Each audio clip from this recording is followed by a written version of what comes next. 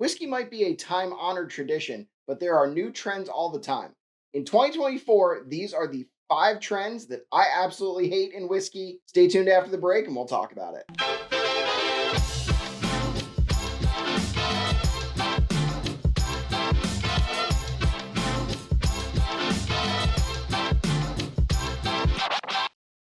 So I've been into whiskey since 2019, 2018, somewhere in there. And over the course of that, I've spent a lot of time thinking and talking about whiskey. When I jump into hobbies, I tend to jump all the way in. And over that course of that amount of time, well, it is a short amount of time, I have learned quite a bit and I've thrown myself fully into learning. I've noticed some trends over the years. There's definitely been a finished whiskey trend. There's been falling age statement trend. American single malts is a trend that I'm absolutely getting on board with. It's nice to see something that America has taken from the single malts of Scotch or Irish whiskey and kind of made it into our own by adding charred oak barrels, by adding our own little twists on how the mash bills work or how we're distilling things. So those are trends that I absolutely can get on board with. They're trends that I think have really changed the way that the whiskey landscape has been over time. For the most part, I am talking about the whiskey traditions here in America. I'm American. I'm based in Pennsylvania, if no one knew that or could tell by my accent. I'm primarily talking about that because I know the most about American whiskey. So we're going to talk about 5 trends that I'm seeing currently in the current landscape here in 2024. You know, we're 4 months, 4.5 months into 2024. There's already some things that I carryovers from last year and things that I'm seeing continuing that I honestly am not a fan of. So we're going to talk a little bit about those trends. Whiskey with a good story or history that's just being sourced is the first whiskey trend of 2024 that I absolutely hate. Some brands like James Pepper. James E. Pepper used to be Woodford Distillery is on the side of the James Pepper. Now that's just a Bardstown and MGP source product. Old Elk is a historic brand that was pre-prohibition that was then brought back by Greg Metz, and he's using entirely MGP mash bills. To be fair, he was an MGP master distiller beforehand, but they're not distilling any of their own stuff. Cream of Kentucky is an ancient brand that was revitalized and brought back, and it is also sourced from a undisclosed Kentucky distillery, probably Four Roses. I had to guess. It's difficult for me to see brands that are bringing things back that are revitalizing, partly because of the boom, because I think the bourbon boom has brought a bunch of whiskeys out with good stories or with a little bit of ancient tradition, and they just want to source and make money off of it. That to me feels cheap. It feels like they're trying to just capitalize off of the boom. Really appreciate companies that are trying to make a piece of history themselves, not just sourcing from the MGPs and the Bardstowns and the Four Roses and the Bartons. Sourcing to me has gotten like way out of hand. That's an entirely different topic. That's something that's been going on for a long time. There are good sourced whiskeys out there, don't get me wrong, especially when it's a historic brand with an actual tradition. If they're not following that tradition by making it themselves, it just doesn't feel right. Moving on to the second one, it is labels with unregulated terms. So we're talking about whiskey brands that are bringing out bottles with labels such as Rickhouse Proof or single Rickhouse or very small batch or small batch. Any of these terms that are actually completely unregulated by the TTB. Quick discussion on where whiskey labels come from. Whiskey companies submit those labels to the TTB. The TTB either approves or denies them. If they are approved, they go on to bottles. They aren't always exactly how they are approved. We kind of talked about that in a previous video, the 5 whiskeys that I'm looking forward to that are coming soon. But what I don't really understand is if you are adding something like Rickhouse Proof or single Rickhouse or something to that effect, what is Rickhouse Proof? I mean, single Rickhouse makes a little bit of sense. They're all barrels from one single Rickhouse.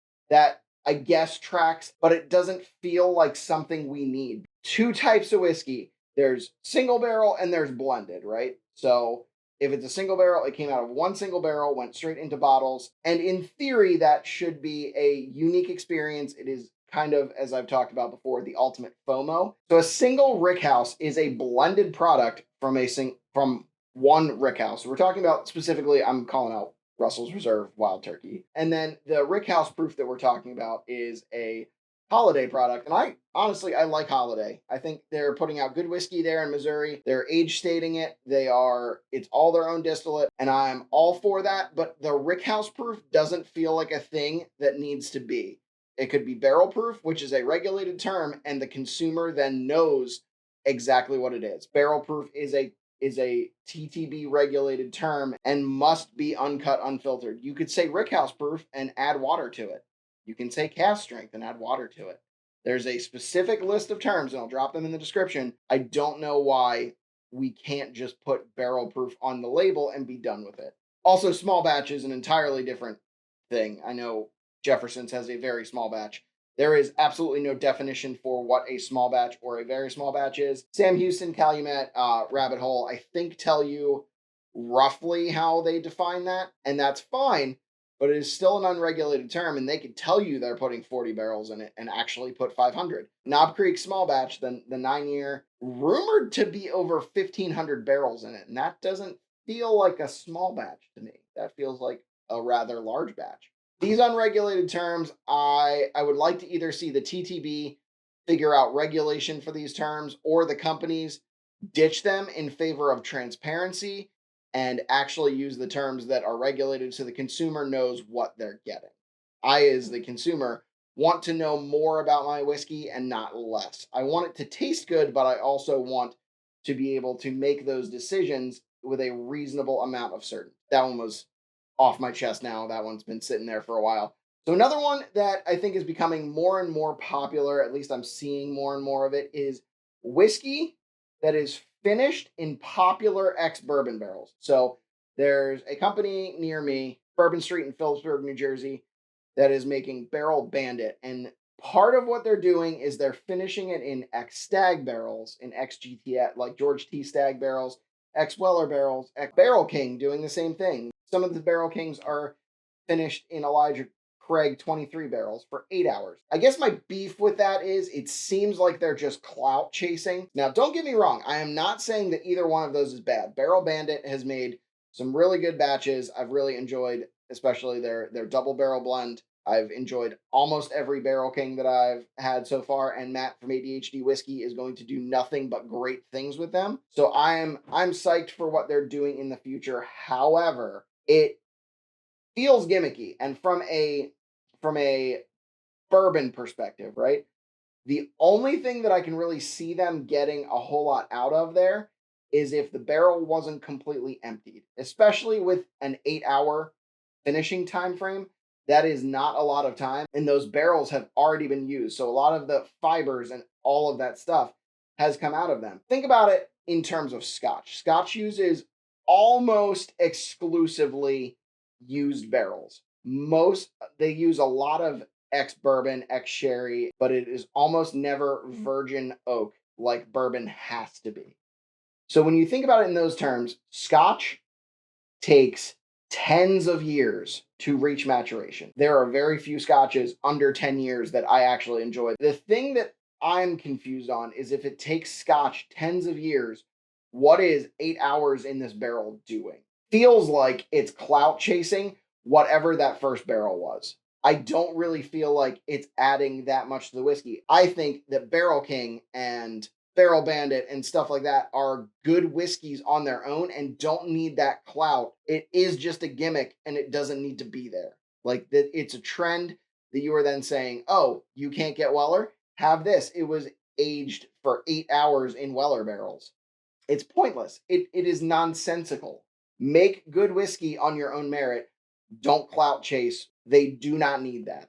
The fourth thing on the list of whiskey trends in 2024 that apparently makes me very angry, I'm a little fired up right now, is soaring whiskey costs for limited edition whiskeys. I know I talked a lot about this in whiskeys I won't overpay for. Quite a few brands, and there's one or two in particular stuck in my brain right now that I think are not doing it right by their customers. And the first one I already kind of touched on is Wild Turkey, owned by Campari. Wild Turkey Campari has had absolutely soaring costs, especially with their limited editions. When Russell's Reserve was first released, it was $70. It is now $150 now 3 years later. I don't think 2024's pricing is out, so it could very well be above that. And it came out post-pandemic. Like, So you can't even claim that the pandemic like raised all these prices. I know inflation is a lot, but it is not double a lot. So from a consumer perspective, I know a lot of people who like Wild Turkey and like their stuff, and I get that. I personally met Jimmy Russell, and I think he's a titan in the industry, but I think Campari is killing Wild Turkey. From a consumer perspective, single rickhouse is a nightmare because it is a $300 product with no age statement, with no traceability whatsoever. Do I have a little bit of faith that Jimmy and Eddie Russell will make a good product? Do I have $300 of trust in it? Absolutely not. High West Midwinter's Night's Dram has gone up from, I think it was 80, now it's up to 130, so that's an extra 50%. And it's their own distillate now. So in theory, if anything, it should be cheaper to produce. Even the kings of overpriced, in my opinion, Whistle Pig, the Boss Hogs have gone from $500 to now almost 650. Everything is going up across the board, but it feels like the limited editions are disproportionately going up. And I don't really quite get it. You're making the retailers feel even better about charging their secondary prices for things. And it's just bonkers. It is insane. And when this bourbon boom goes down, those are the products that are going to be stuck on the shelves until you change prices. You're going to get people stuck in the it's overpriced mentality, and then they're not going to want it. That's how I'm feeling. I probably will not buy another Wild Turkey Master's Keep because they've gone from 100 to I think 230 last year. It's something that I don't want to see.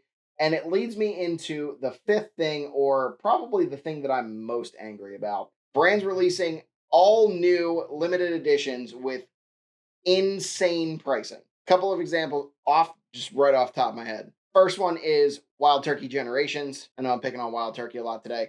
Second one being Buffalo Trace's Prohibition Collection. That thing is absolutely insane.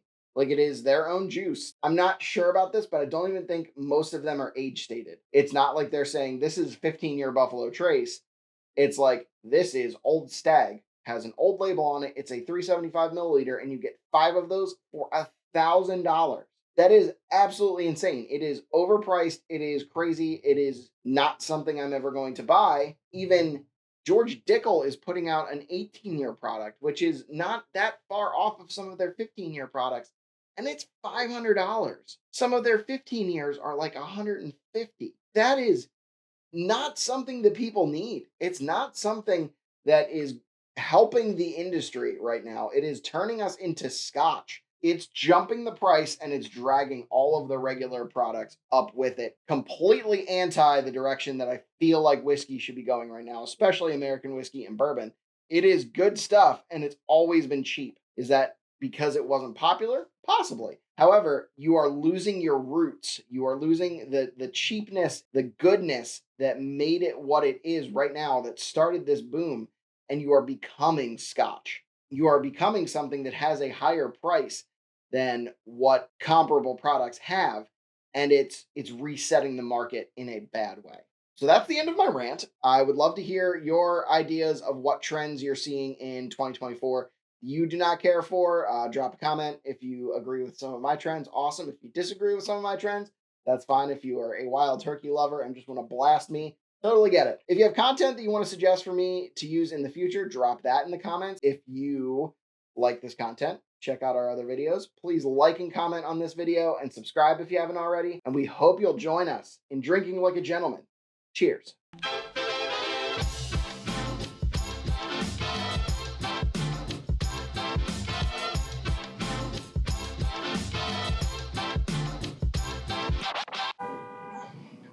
Really?